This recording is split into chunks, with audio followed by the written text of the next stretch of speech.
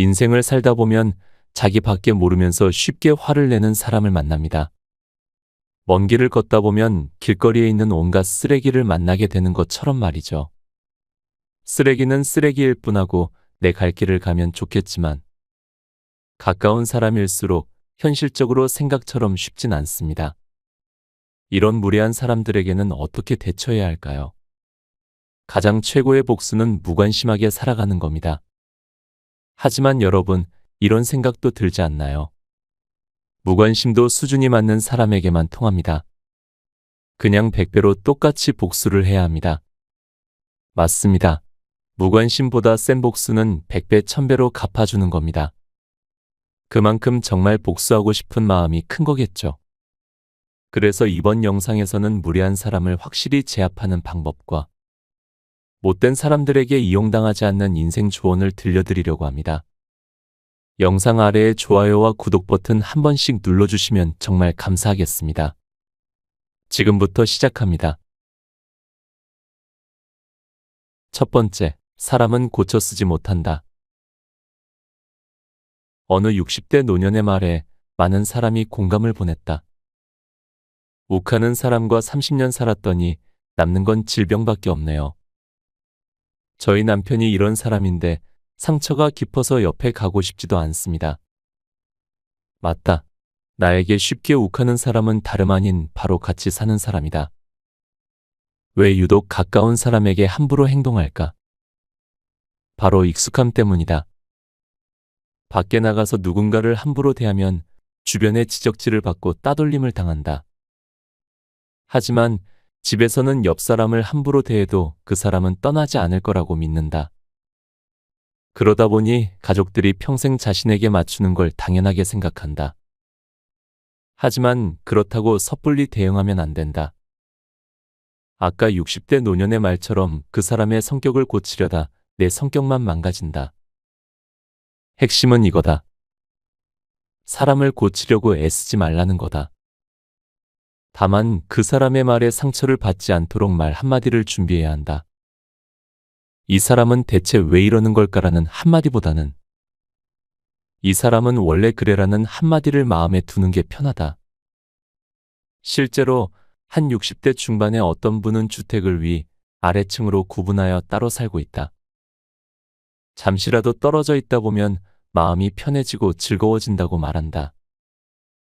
화 잘 내는 사람은 답이 없다. 그 사람을 고쳐 쓰려 하지 말고 내 마음을 편하게 하는 것에 중심을 두자. 두 번째, 무례한 사람에게는 강하게 말해야 한다. 내가 아니라고 생각되는 부분에서는 단호하게 아니라고 말할 수 있는 용기가 있어야 한다. 이것도 못 해줘? 이건 해줘야지라고. 무의식 중에 나를 조종하려 하는 못된 사람들에게는 서로의 관계가 무너지거나 어색해질 가능성이 있더라도 자신을 지키기 위해 강하게 나가야 한다. 아, 그치, 얼른 해줄게. 미안해가 아니라 그 부분을 왜 당연하게 생각하는 건지 궁금한데 말해줄래? 내가 왜 그걸 해줘야 하는 거야 라는 식으로 강하게 나갈 필요가 있다. 여기서 그냥 해달라고 떼를 쓰는 사람이면 그냥 과감하게 손절하면 되고 내가 너무 익숙하게 생각했었네. 미안이라고 하는 사람이라면 대화를 하며 잘 풀어가면 된다. 명심하자. 삶의 주도권은 나에게 있다. 절대 못된 사람들에게 그 주도권을 내주지 말자. 세 번째, 상대의 막말을 그냥 흘려보내지 마라. 최악의 인간들은 충고를 가장한 예의 없는 비난을 스스럼없이 한다. 너 살 좀 빼. 진짜 돼지 같아. 내가 걱정돼서 하는 말이야.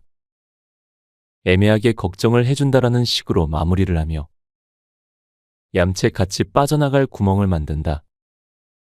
이런 식의 막말을 흘려보낸다면 상대는 당신을 계속해서 호구로 보고 정신력을 빼앗아 갈 것이다. 그때는 단호하게 대처하는 태도가 필요하다. 내가 살을 빼는 게 너의 걱정거리와 어떤 상관이 있어? 라고 묻거나 내 기준에서 그건 걱정이라기보다는 비난으로 들리는데 어떻게 생각해? 라고 상대에게 되물어야 한다. 상대의 막말을 그대로 흘려보내면 그 사람들은 당신을 막말해도 큰 상관없는 존재라 생각하고 계속해서 선을 넘을 것이다. 단호하게 말하며 상대에게 지금 당신은 무리한 행동을 하고 있습니다. 라는 걸 직접 인지할 수 있게 대처해야 한다. 무리한 사람에게는 한 번쯤 단호하게 대해야 할 때가 있다. 네 번째, 안 만나는 게 최선이다.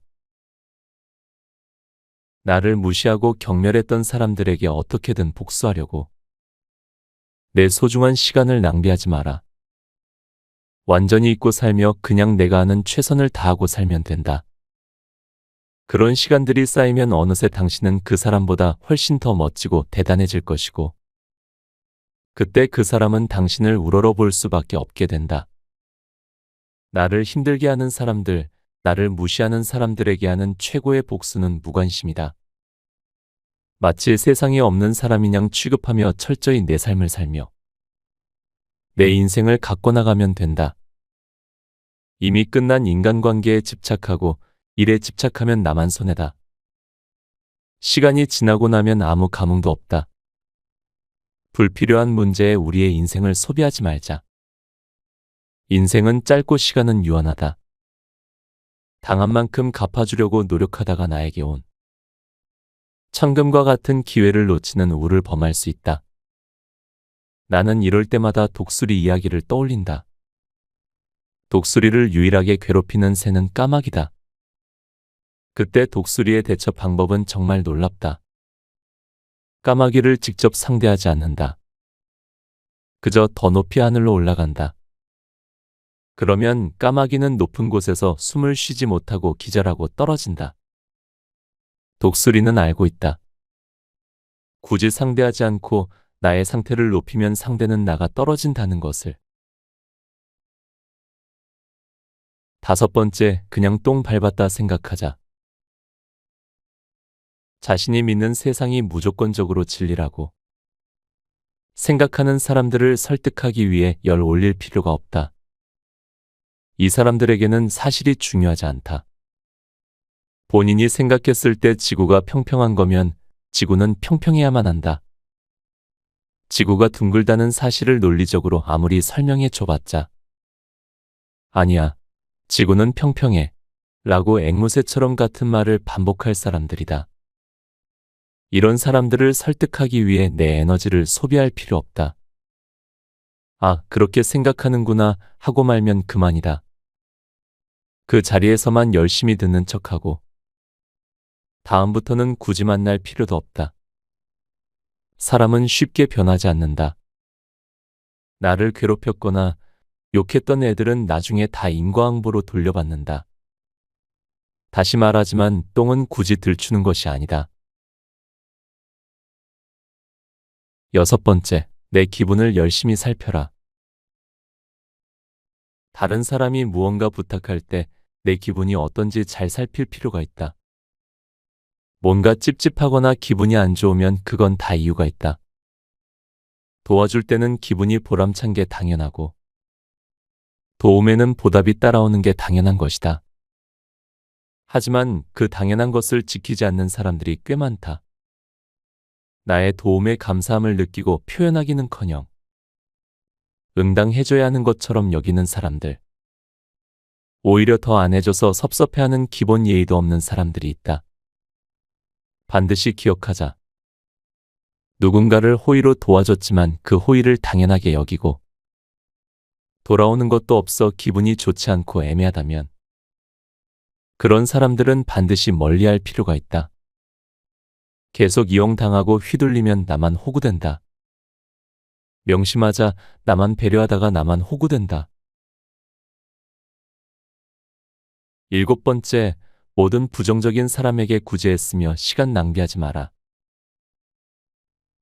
뭐만 하면 아닌데 그게 왜 그렇게 되는 건데 반대 경우도 고려해 봐야지라며 끊임없이 반박하고 태클하는 사람들이 있다.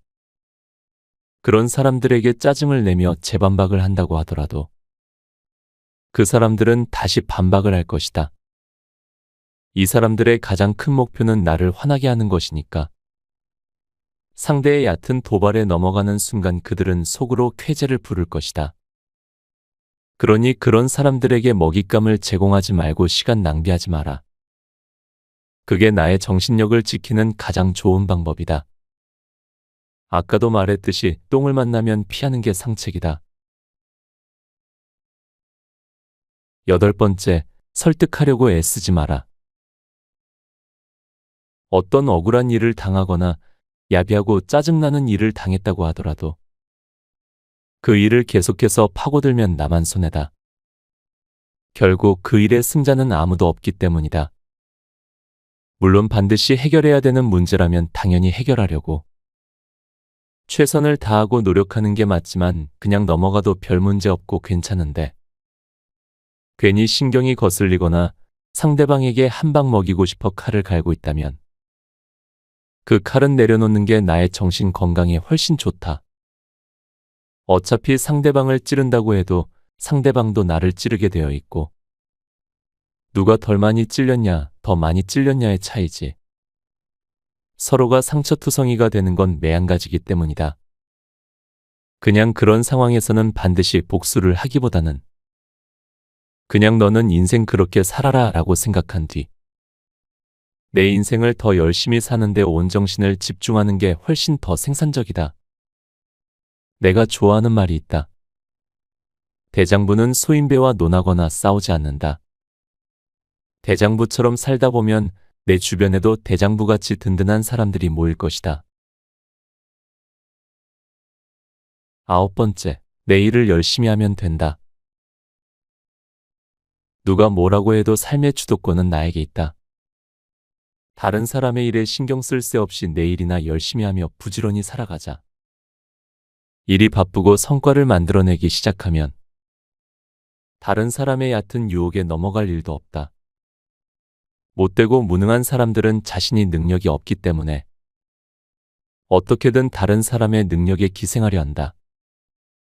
말로는 간이고 쓸개고 다 빼줄 것 같이 하지만 정작 그 사람의 목표는 나를 이용하고 조종하려는 것이다. 그러니 그런 사람들에게 이용당하지 않기 위해선 철저히 내 일에 집중하고 최선을 다하자. 명심하자. 내 인생이 바쁘고 보람차면 상대방의 수가 낮은 유혹에 넘어갈 일도 없다. 내 삶은 내가 지킨다. 마지막, 나부터 챙겨라. 내 코가 석자인데 남부터 도우려는 사람들이 있다. 물론 봉사나 선한 마음을 폄하하는 건 아니다. 그런 사람들은 자신의 시간과 재능으로 남들을 도와주는 게 그 사람들의 삶의 가장 큰 의미이자 가치이니까. 하지만 그렇지 않다면 각박한 세상에서 일단 나부터 챙기고 내가 똑바로 서야 한다.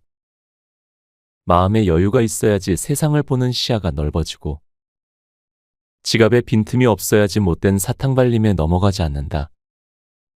나 자신이 단단하면 다른 사람이 아무리 이용하고 흔들려고 해도 절대 흔들리지 않는다. 내 의견과 생각을 당당히 표현하자. 한 번은 속을지라도 두 번은 속지 말자. 나와 가장 가까운 사람은 나임을 기억하자. 내 기분과 마음을 가장 먼저 생각해야 한다. 책 곁에 두고 방송 이어갑니다. 편안한 노후를 위한 인간관계 조언 5가지. 첫 번째, 남에게 힘든 얘기 털어놓지 마라. 남에게 힘든 얘기 털어놓으면 자기 자신만 손해다. 처음에는 잘 들어주고 진심 어린 위로와 공감을 해주던 상대방도 당신이 계속 힘든 얘기만 하면 지치고 힘들어하고 나중에는 당신을 피할 것이다. 그리고 그렇게 상대를 믿고 했던 힘든 얘기들이 어느 순간 떠돌아다니며 당신의 치명적인 약점으로 작용하기도 한다. 뿐만 아니라 힘든 얘기를 하는 순간 나는 그 일을 제대로 하지 못한 변명을 찾게 되고 정신승리를 하게 된다. 모든 사람의 실패에는 사연이 있다. 이게 안 돼서, 저게 안 돼서, 열심히 했는데 운이 따르지 않아서 등등. 하지만 진짜 성공한 사람들은 실패를 할 수밖에 없었던 불가피한 사연을 만들어 자신을 어필하기보다 그 실패의 원인을 제대로 분석하고 개발하며 행동으로 증명한다. 명심하자. 힘든 얘기를 자주 하면 상대방도 힘들고 나도 힘들어진다. 서로가 힘이 되어주는 존재가 오래간다. 두 번째, 반드시라는 건 없다. 모든 질문에 답하지 않아도 된다. 상대방의 부탁을 반드시 들어줄 필요도 없다. 무례한 사람의 성의 없는 사과에 애써 용서해줄 이유도 없다. 내 정신 건강을 위해서 반드시 기억해야 할 사실이다. 꼭과 반드시를 버리면 훨씬 더 삶의 질이 올라간다. 세 번째, 요령껏 거짓말하자. 거짓말을 권하는 건 아니지만 선의의 거짓말은 반드시 필요하다. 정말 솔직하게 상대방에게 다 말하면 세상의 평화는 사라진다. 가끔은 별로라도 괜찮다고 해주고 아니더라도 맞다고 해주자. 솔직하게 만들어서 괜히 분란이나 문제를 일으키면 오히려 훨씬 더 난감한 상황이 온다. 적당히 눈치껏 거짓말하고 효율적으로 살면서 내 정신 건강을 지키자. 어차피 나의 진정성은 그거 하나에 흔들리지 않는다. 네 번째, 무엇보다 내가 우선이다. 사회생활하면서 반드시 남에게 맞춰줘야 되는 경우를 제외하고는 자기를 중심으로 생각하고 말할 필요가 있다. 모든 초점을 상대방이 아닌 나에게 맞추고 행동하자. 내 정신 건강을 위해서 반드시 필요한 태도다. 누군가는 계산적이라고 생각할 수도 있지만 이 모든 건 상대에 따라 달라진다. 나를 배려하고 아끼는 사람에게 이런 태도를 가지라는 게 아니다. 내 정신 건강을 위협하는 사람, 내 자존감을 깎아내리려는 사람, 내 삶을 마음대로 평가하는 사람들에게 냉정하고 계산적인 태도를 가지라는 것이다. 나를 가장 잘 지킬 수 있는 건 바로 나 자신임을 기억하자. 나로서 온전히 살아갈 수 있을 때 비로소 건강한 삶을 살아가게 된다. 나는 나를 사랑한다. 다섯 번째, 인맥 관리에 쓸 돈 자기 개발에 써라. 인맥 관리에 쓸 돈 차라리 자기 개발에 써라. 우리가 초등학생과 대화를 한다고 생각해보자. 초등학생을 무시하는 건 아니지만 현재 우리가 겪고 있는 가치관과 인생의 고난을 초등학생들은 이해하지 못할 것이다. 그리고 우리도 그걸 무의식 중에 알기에 초등학생의 눈높이에 맞춰 대화를 하게 된다. 처음에야 신선하고 좋을 수 있지만 결국 시간이 지나면 대화 거리가 떨어져 금방 할 말이 없어진다. 나와 수준이 다른데 억지로 만남을 유지하는 사람들도 이와 같다. 그 사람들에게 우리는 그저 아는 사람 그 이상 이하도 아닌 것. 그렇기에 그런 인맥 관리를 하는데 돈을 쓸 바에야 차라리 나에게 자기 개발비로 사용하고 내가 비슷한 수준으로 올라가면 된다. 남들 신경 안 쓰고 자기 인생 잘 살아가는 사람들의 공통적인 네 가지 특징. 첫째, 자기가 하고 싶은 일이 명확하다. 남들 신경 안 쓰고 자기 인생 잘 살아가는 사람들의 공통적인 특징 중 하나는 하고 싶은 일이 명확하다는 것이다. 하고 싶은 일이 명확하지 않고 애매하면 남들의 시선을 굉장히 많이 신경 쓴다. 이거 뭔가 사람들한테 얘기하기 좀 그런데 이거 돈은 될라나? 사회적인 기준이나 사람들의 시선에 따라 직업이나 꿈을 선택한다. 그러다 보면 당연히 그것을 지속하기는 힘들다. 자신이 진정으로 원해서 하는 게 아니기 때문이다. 간절하지 않다. 반면에 남들 신경 안 쓰고 자기 인생을 꿋꿋이 잘 살아가는 사람들은 그런 것 따위 중요하지 않다.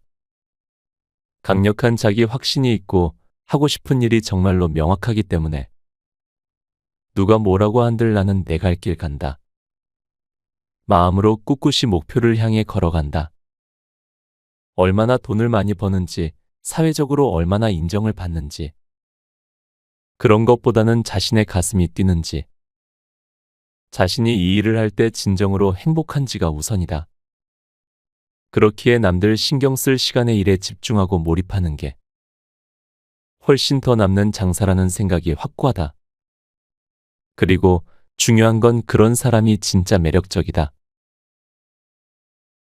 둘째, 아쉬움이 크게 없다.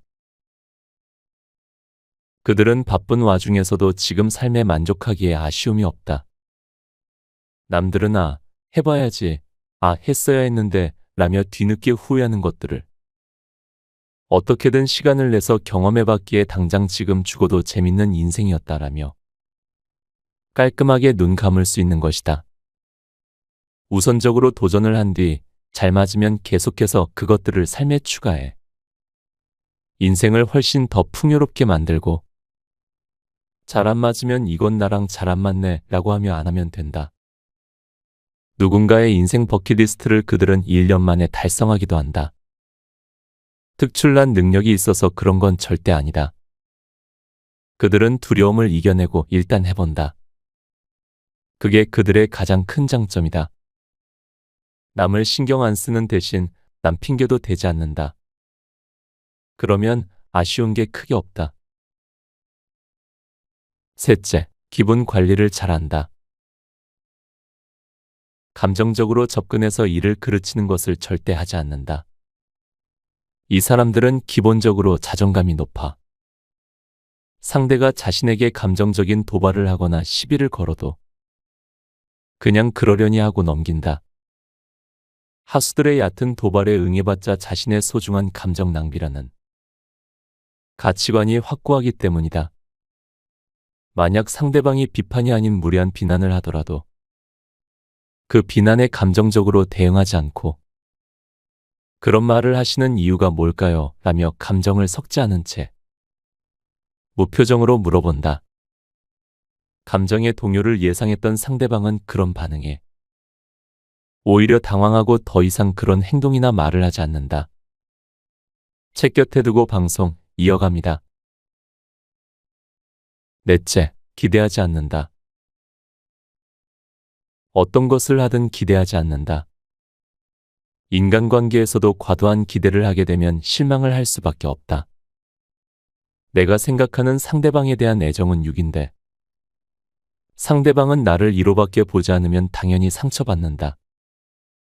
하지만 내가 애초에 상대방에게 그런 기대를 하지 않으면 상처받을 일도 없다. 일이나 어떤 경험에서도 마찬가지다. 그들은 애초에 어떤 경험을 할 때 이 경험이 나에게 의미가 있을 것인가 아닌가만 고려한다.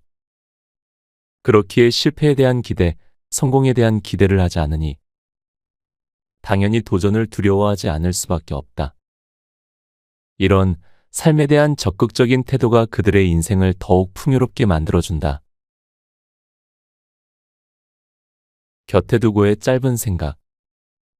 결국 인생에서 진정한 복수란 남을 이기는 것이 아니라 자신의 삶을 가장 보란듯이 살아가는 것이라고 생각합니다. 어쩔 수 없이 세상에는 다양한 사람들이 있고 때로는 우리를 무시하고 가치를 깎아내리는 사람들도 있습니다. 하지만 그런 사람들에게 시간과 에너지를 낭비하는 것보다 우리 자신의 삶을 더욱 유의미하고 풍부하게 만드는 데 집중해야 합니다. 우리의 진정한 가치는 남이 정하는 것이 아니라 우리 스스로가 만들어가는 것입니다. 타인의 무례함에 대응하는 가장 효과적인 방법은 그것이 우리의 삶에 미치는 영향을 최소화하고 우리 자신이 추구하는 가치와 목표에 더욱 집중하는 것입니다.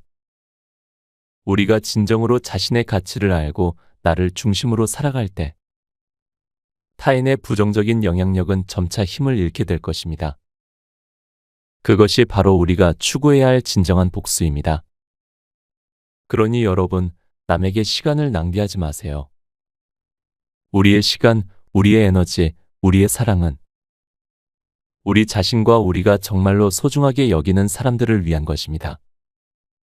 그 사람들에게 우리의 최선을 다하고 우리 자신의 삶을 가장 아름답게 꾸미는 것이야말로 모든 부정적인 에너지와 무례함에 대한 최고의 대응이자 진정한 복수입니다. 오늘도 함께 해주셔서 감사합니다. 책, 잘 살아라 그게 최고의 복수다를 읽고